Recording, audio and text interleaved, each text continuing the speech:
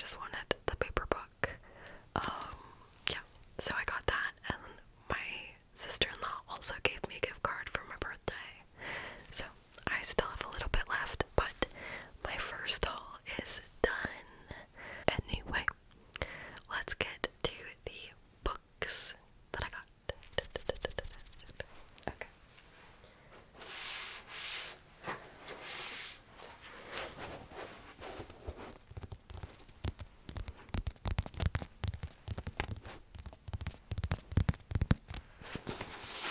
Start out with, oh, that's where my bookmark went. I was looking for this in my last book. It's literally the Barnes & Noble receipt.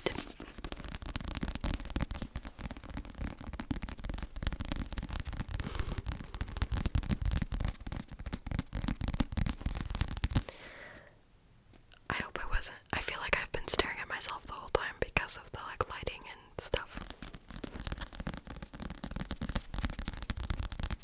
Eye contact.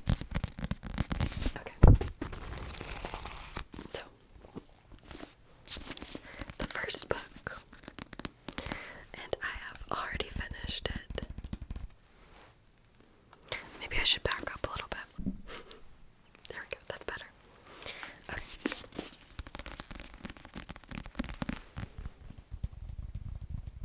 The first book is called Book Lovers. Book Lovers, Book Lovers, Book Lovers by Emily Henry. By Emily Henry. Yes. Good. So this, from the #1 New York Times bestseller, Emily Henry, author of People We Meet on Vacation and Beach Read. She also wrote Happy Place, which I've read. A rom-com lover's dream of a book, Taylor Jenkins Reid. That is what sold me, to be honest. A rom-com lover's dream of a book, because I love rom-coms. So, should we read the excerpt, and then I'll talk about, this is one that I've actually finished, so I can talk about what I thought. Here's another quote. Another perfectly satisfying read from the unstoppable Emily Henry by Emma Straub. One summer, two rivals, a plot twist they didn't see coming. But will you see it coming? Nora Stevens' life is books. She reads them all, and she is not that type of heroine. Not the plucky one, not the laid-back dream girl, and especially not the sweetheart.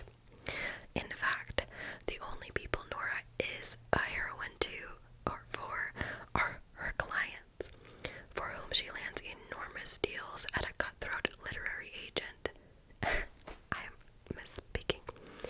As a cutthroat literary agent and her beloved little sister, Libby. So she is a heroine for her clients and her little sister, Libby. Which is why she agrees to go to Sunshine Falls, North Carolina for the month of August, when Libby begs her for a sister's trip away, with visions of a small town transformation for Nora, who she's convinced needs to become the heroine in her own story. But instead of picnics and meadows or run-ins with a handsome country doctor or bulging four-armed bartender, Nora keeps bumping into Charlie Lastra, a bookish, brooding editor from back in the city. It would be a meet cute if not for the fact that they've met many times and it's never been cute. Never. If Nora knows she's not an ideal heroine, Charlie knows he's nobody's hero. But as they are thrown together again and again in a series of coincidences no editor worth their salt would allow, what they discover might just unravel the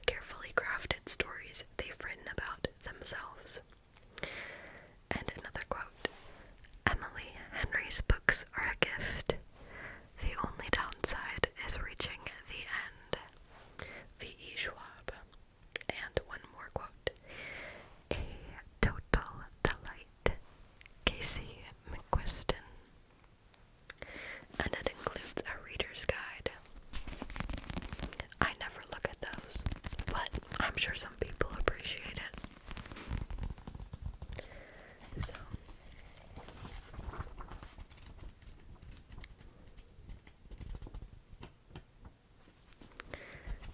you read the first page. Prologue. When books are your life, or in my case, your job, you get pretty good at guessing where a story is going. The tropes, the archetypes, the common plot twists all start to organize themselves into a catalog inside your brain, divided by category and genre.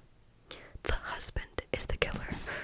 The nerd gets a makeover, and without her glasses, she's smoking hot. The guy gets the girl, or the other girl does.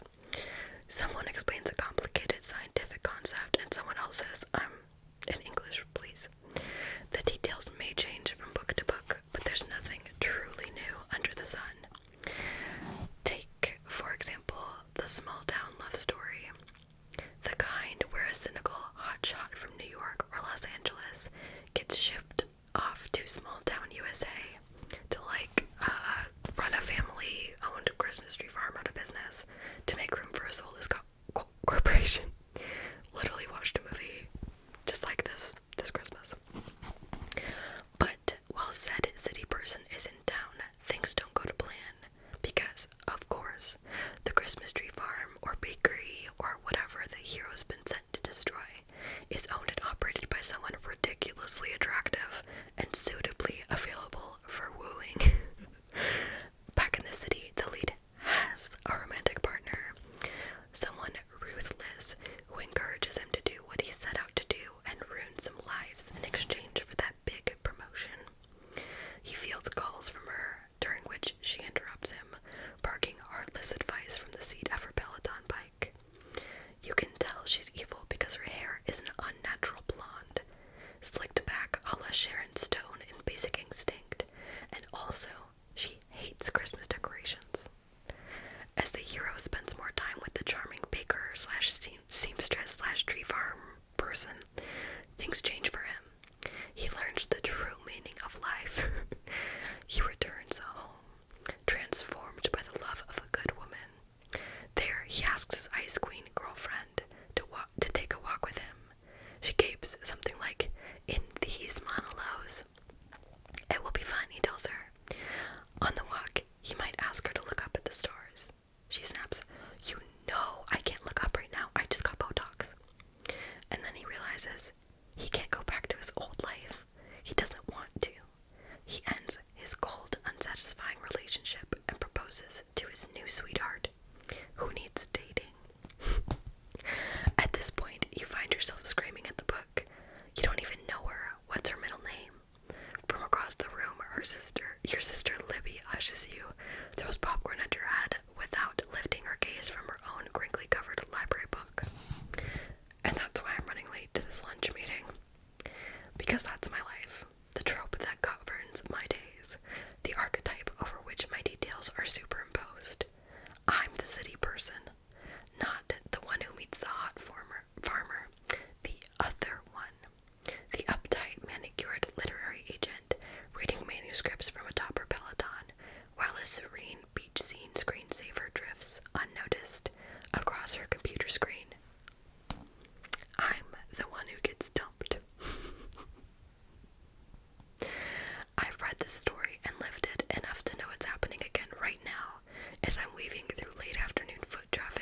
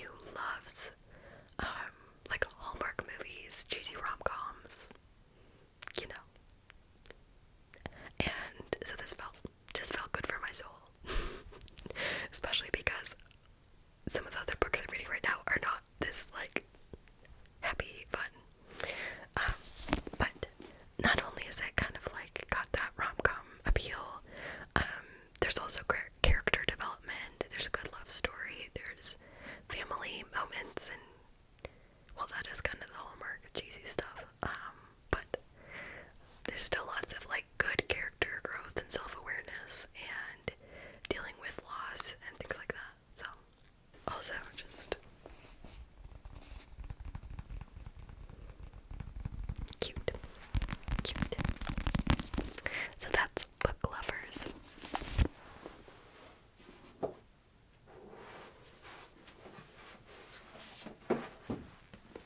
Alright.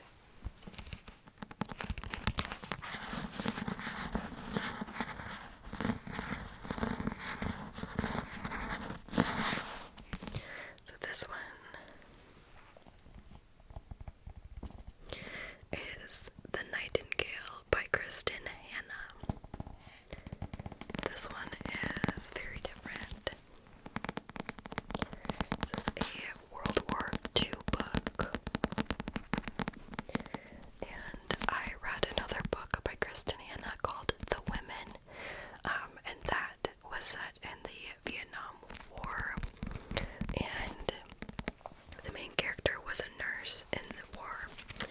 And the writing style, it took some getting used to.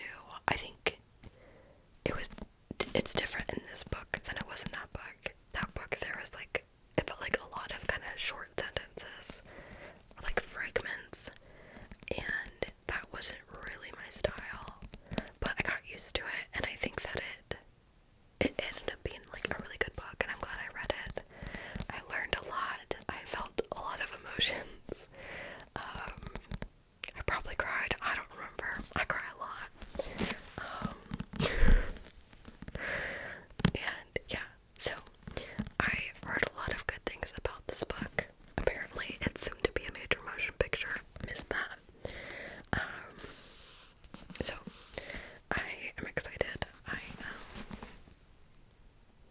just a little ways in, just a few chapters in. So let's read some excerpts and things. First of all, it says, an unforgettable portrait of love and war. It is the #1 New York Times bestseller. The Nightingale, a novel. And this is just really pretty. It's, what's the word for it? I was gonna say beveled, but that feels wrong. It sticks out. It's like textured. You can't really see. Anyway, let me read the back. The Nightingale, a phenomenon that has enthralled a generation of readers. And this is just a list of accomplishments. Goodreads Best Historical Novel of the Year, People's Choice Favorite Fiction Winner, #1 Indie Next Selection, BuzzFeed Best of the Year, The Wall Street Journal Best of the Year, The Week Best of the Year. This is just the best of the year. What year was this actually published? What year? What year was this the best in? 2015. Okay. Alright. Let's read the back. With courage, grace, and powerful insight, best-selling author Kristin captures the epic panorama of World War II and illuminates an intimate part of history seldom seen, the Women's War. Sounds familiar. That's what The Women was about. The women that were underrepresented from Vietnam. The Nightingale tells the stories of two sisters, separated by years and experience, by ideals, passion, and circumstance, each embarking on her own dangerous path toward survival, love, and freedom in German-occupied, war-torn France.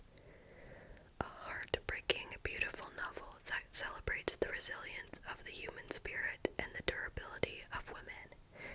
It is a novel for everyone, a novel for a lifetime. I guess Kristin is a former lawyer. Cool.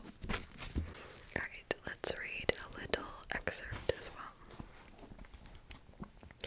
If I have learned anything in this long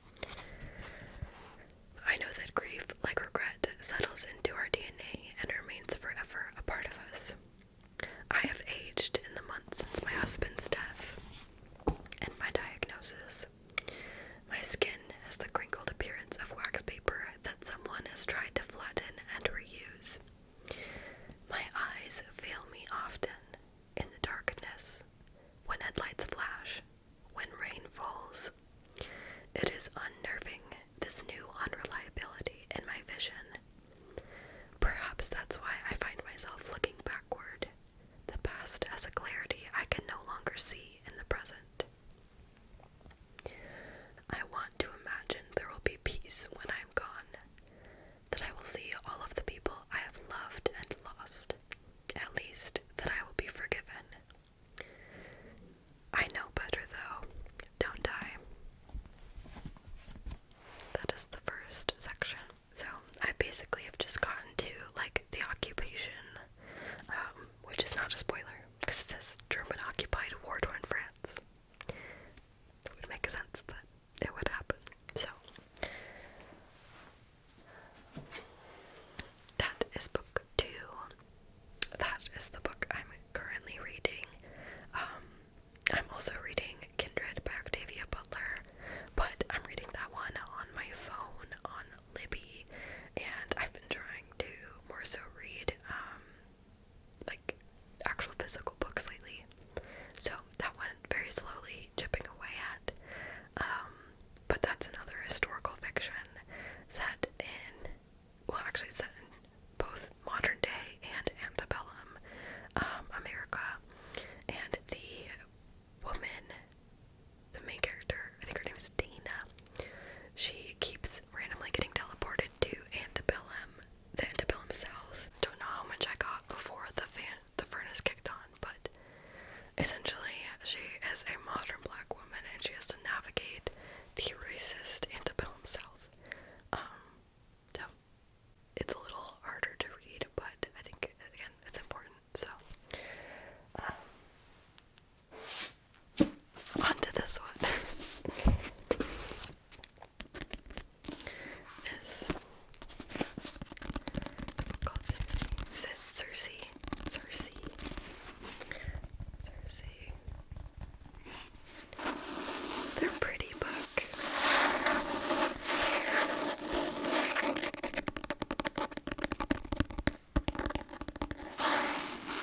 This one is by Madeline Miller, the author of the Song of Achilles. So, actually the first time I heard of this book was in an ASMR video by Sarah Lavender ASMR. So, an epic spanning thousands of years that's also a keep you up all night page turner. So,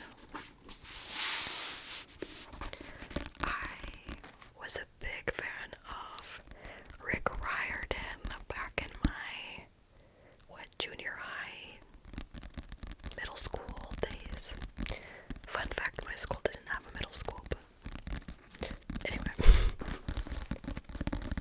My junior high days, maybe. So I loved learning about Greek mythology. I should do like a Greek mythology trivia video. That'd be fun. That'd be fun. So, this is set in that universe. So another quote. A bold and subversive retelling of the goddess's story that manages to be both epic and intimate in its scope, recasting the most infamous female figure from the Odyssey as a hero in her own right. Alexandra Alter, New York Times. And this one has a summary.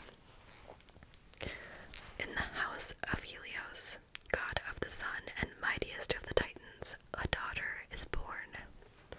But Circe is a strange child, not powerful like her father, nor viciously alluring like her mother.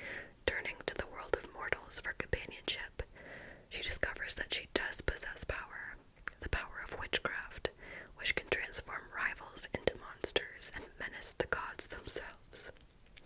Threatened, Zeus banishes Circe to a deserted island, where she hones her occult craft and crosses paths with many of the most famous figures in all of mythology, including the Minotaur Daedalus and his doomed son Icarus, the murderous Medea, is it Medea, and of course wily Odysseus.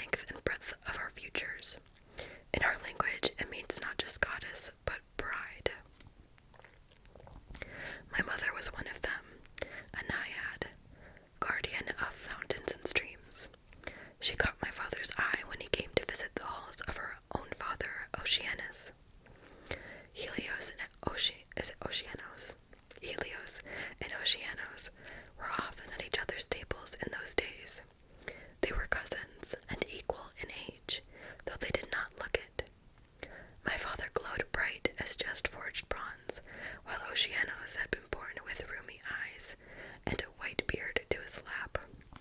Yet they were both titans and preferred each other's company to those new squeaking gods upon Olympus who had not seen the making of the world. Oceanos' palace was a great wonder, set deep in the earth's rock. Its high-arched halls were gilded, the stone floors smoothed by centuries of divine feet, though through every room ran the faint sound of Oceanos' river, source of the world's fresh waters, so dark you could not tell where it ended and the rock bed began. On its banks grew grass and soft gray flowers, and also the unnumbered children of Oceanos, naiads and nymphs and river gods. Otter sleek, laughing, their faces bright against the dusty air, they passed golden goblets among themselves, and wrestled, playing games of love. In their midst, outshining all that lily beauty, sat my mother. Her hair was a warm brown, each strand so lustrous it seemed lit from within. She would have felt my father's gaze, hot as gusts from a bonfire. I see her arrange her dress so it drapes just so over her shoulders. I see her tap her fingers glinting in the water. I have seen her do 1,000 such tricks 1,000 times. My father always fell for them. He believed the world's natural order was to please him. "Who is that?" my father said to Oceanos. Oceanos had many golden-eyed grandchildren from my father already, and was glad to think of more. "My daughter Percy. She is yours if you want her." The next day, my father found her by the fountain pool in the upper world. It was a beautiful place, crowded with fatted narcissus, woven over with oak branches. I thought it was saying like the person narcissus, but it's talking about the plant. There was no muck, no slimy frogs, only clean, round stones given way to grass. Even my father, who cared nothing for the subtleties of nymph arts, admired it. Okay, I'm going to stop there. I have one more book.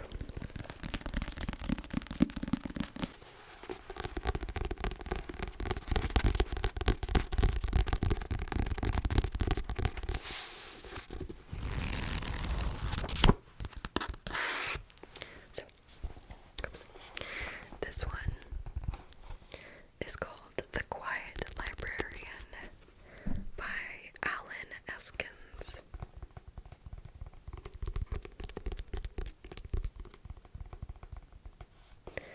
This one I picked purely because of the description on the back. I should say I'm from Minnesota before I read this. A librarian's search for answers leads back to her own dark secrets in this story about a woman transformed by war, family, vengeance, and love. Hannah Babbitt is a quiet, middle-aged librarian in Minnesota who wants nothing more than to be left alone. But when a detective arrives with the news that her best friend has been murdered, Hannah knows something evil has come for her at last. Literally read that. I'm like, okay, librarian from Minnesota. Yeah, cool. 30 years before, Hannah was someone else, Nura Divjak, a teenager growing up in the mountains of war-torn Bosnia, until Serbian soldiers slaughtered her entire family. The events of that day thrust Nura into the war, where she became not only a fierce warrior, but a legend, the deadly Night Mora. But a shattering final act forced Nura and her friend to flee to the United States with a bounty on Nura's head. Now, someone is haunting Hannah, and her friend has paid the price, leaving her 8-year-old grandson in Hannah's care. To protect the child without revealing her secret, Hannah must again become the Night Mora and hope she can find the unaliver before the past comes for them